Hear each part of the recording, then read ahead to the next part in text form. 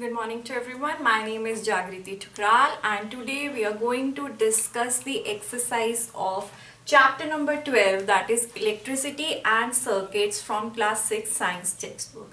इस चैप्टर की detail video already मेरे चैनल पे अपलोडेड है. If anybody is having any query वो उस डिटेल वीडियो को पढ़ सकता है और इजीली इस एक्सरसाइज को सॉल्व कर सकता है. इस वीडियो में हम एक्सरसाइज सॉल्व करेंगे.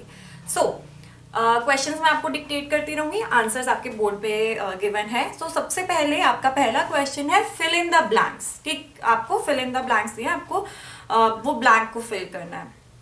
पहली स्टेटमेंट है a device that is used to break an electric circuit is called. A device that is used to break an electric circuit is called switch. ऐसा डिवाइस जो एक इलेक्ट्रिक सर्किट को break करता है उसको हम क्या बोलते हैं? स्विच. सेकेंड स्टेटमेंट है an electric cell has dash terminals. An electric cell has dash terminals. तो मैंने आपको बताया था इलेक्ट्रिक सेल में दो टर्मिनल्स होते हैं, one is positive and another one is negative. So it has two terminals. Second question पे आते हैं. सेकेंड क्वेश्चन आपके पास ट्रू और फॉल्स है. आपको बताना है कौन सी स्टेटमेंट ट्रू है, कौन सी स्टेटमेंट फॉल्स है. Electric current can flow through metals. Is it true कि मेटल्स अपने अंदर से करंट फ्लो करना अलाउ करते हैं? Obviously, because metals are the good conductor of electricity. It's only the non-metals that does not allow the electric current to pass through them. Metals are the good conductor of electricity. That's why they are allowing the current to pass through it. So it's a true statement. Instead of metal wires, a jute string can be used to make a circuit. क्या एक metal wire को अगर हम replace कर दे, अगर हम एक circuit बनाना है तो मेटल वायर की रिप्लेसमेंट की जगह हम एक जूट की वायर यूज करें तो क्या उसमें से करंट फ्लो करेगा? फॉल्स, बिल्कुल नहीं करेगा. आपको बताया कि आपको कोई मेटल को ही यूज करना है. इवन आप नॉन मेटल भी नहीं यूज कर सकते, उसमें से करंट फ्लो नहीं करेगा और आपका सर्किट कंप्लीट नहीं होगा. आते हैं थर्ड पॉइंट के ऊपर. Electric current can pass through a sheet of thermocol. एक थर्मोकॉल से क्या इलेक्ट्रिक करंट पास हो सकता है? सो इट्स टोटली फॉल्स, नहीं पास हो सकता. आते हैं क्वेश्चन नंबर थर्ड के ऊपर. Explain why the bulb would not glow. Explain why the bulb would not glow in the arrangement shown in the figure 12.13. अगर आपकी बुक्स आपके पास खुली हुई हैं तो आप इजीली उसको देख सकते हो कि आपको ये बताना है कि इसमें से ये बल्ब ग्लो क्यों नहीं करेगा इस अरेंजमेंट में, जो कि 12.13 ये जो अरेंजमेंट में दिया गया है इसमें से ये बल्ब ग्लो क्यों नहीं करेगा, हमें ये बताना है. सो आंसर मैंने लिखा है here the circuit is incomplete. यहाँ पे सर्किट इनकम्प्लीट है because plastic is used which is an insulator. Plastic use हुआ है. कहाँ प्लास्टिक यूज हुआ है बताइए? ये जो वायर जो सर्किट है ये प्लास्टिक का है. तो ये जो प्लास्टिक यूज हुआ है, ये जो प्लास्टिक यूज हुआ है जो कि एक इंसुलेटर की तरह काम करता है, जो कि एक गुड कंडक्टर नहीं है, तभी सर्किट इनकम्प्लीट है. सर्किट इनकम्प्लीट है तो बल्ब ग्लो नहीं करेगा. सो आई होप आपको क्वेश्चन 3 का आंसर भी मिल गया होगा. आते हैं क्वेश्चन नंबर 4 के ऊपर. क्वेश्चन नंबर 4 हमारे पास गिवन है complete the drawing shown in figure 12.14 to indicate where the free ends of the two wires should be joined to make the bulb glow.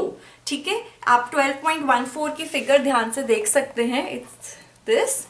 ठीक है, तो आपको ये बताना है, ये वाली जो फिगर है आपकी, ये वाली जो मैंने इनसर्कल करी है, आपको ये बताना है कि हमें ऐसा ये वायर जो हमारे पास ये वाली वायर है, ये वाली, ये जो मैंने अंदर एक छोटी ये वाली जो वायर है, ये हम कहाँ कनेक्ट करें कि हमारा बल्ब ग्लो करे. तो आपको ये क्या करना है, connect the wire with the bulb. आप बल्ब के साथ उसे कनेक्ट कीजिए. अब आपको बल्ब के इस टर्मिनल के साथ कनेक्ट नहीं करना, इसको ऐसे कनेक्ट करना है. ये जो वायर यहाँ पे छूट गई है ना, इसको इस दूसरे एंड से कनेक्ट करना है और आपका क्या होगा, बल्ब ग्लो करेगा. आते हैं क्वेश्चन नंबर 5 के ऊपर. What is the purpose of using an electric switch Name some electric gadgets that have switches built into them. ठीक है, हमें इलेक्ट्रिक स्विचेस का पर्पस बताना है. सेकेंडली हमें ये बताना है कि कौन से ऐसे गैजेट्स हैं जिसमें स्विच इनबिल्ट होते हैं. सो हमारा आंसर है electric switch is use to complete और ब्रेक द सर्किट. ठीक है, इलेक्ट्रिक स्विच क्यों यूज किया जाता है, उसका पर्पस है ताकि सर्किट कंप्लीट हो सके. सेकेंड, कौन से ऐसे गैजेट्स है जिसमें स्विच इलेक्ट्रिक स्विच होता है inbuilt, that is torch. Torch में आपने देखा होगा, टॉर्च में टिक ऑन ऑफ होता है. Fan, TV, radio have switches built into them, इनके स्विचेस होते हैं built into them. So electric switch का भी आई होप आपको पर्पस और इसके एग्जांपल समझ में आ गए होंगे. 6 पॉइंट पे आते हैं. Would the bulb glow after completing the figure shown in figure 1.2.12.14 if instead of safety pin we use an eraser? अगर हम सेफ्टी पिन को ना यूज करते हुए इरेजर का यूज करें तो क्या वो बल्ब ग्लो करेगा? नो. क्यों नहीं करेगा? Because rubber is an insulator. Similarly, no, the bulb would not glow because eraser is made of rubber which is an insulator, जो कि क्या है? इंसुलेटर. तभी वो ग्लो नहीं करेगा. बस आपको एक बात याद रखनी है कि सर्किट को बनाने में या किसी बल्ब को ग्लो करने में आपको मेटल की जरूरत पड़ेगी और किसी भी चीज के वायर इफेक्टिव नहीं होगी. 7th क्वेश्चन पे आते हैं. Would the bulb glow in the circuit shown in figure 12.15? ये यहाँ पे आपको 12.15 एक फिगर दी गई है. ठीक है, आई होप आपको नजर आ रही होगी. तो आपको ये बताना है कि ये सर्किट में बल्ब ग्लो करेगा कि नहीं. तो बताइए, करेगा कि नहीं?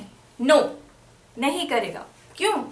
No, the bulb would not glow because both the terminals of the cell are connected to the same terminal of the bulb.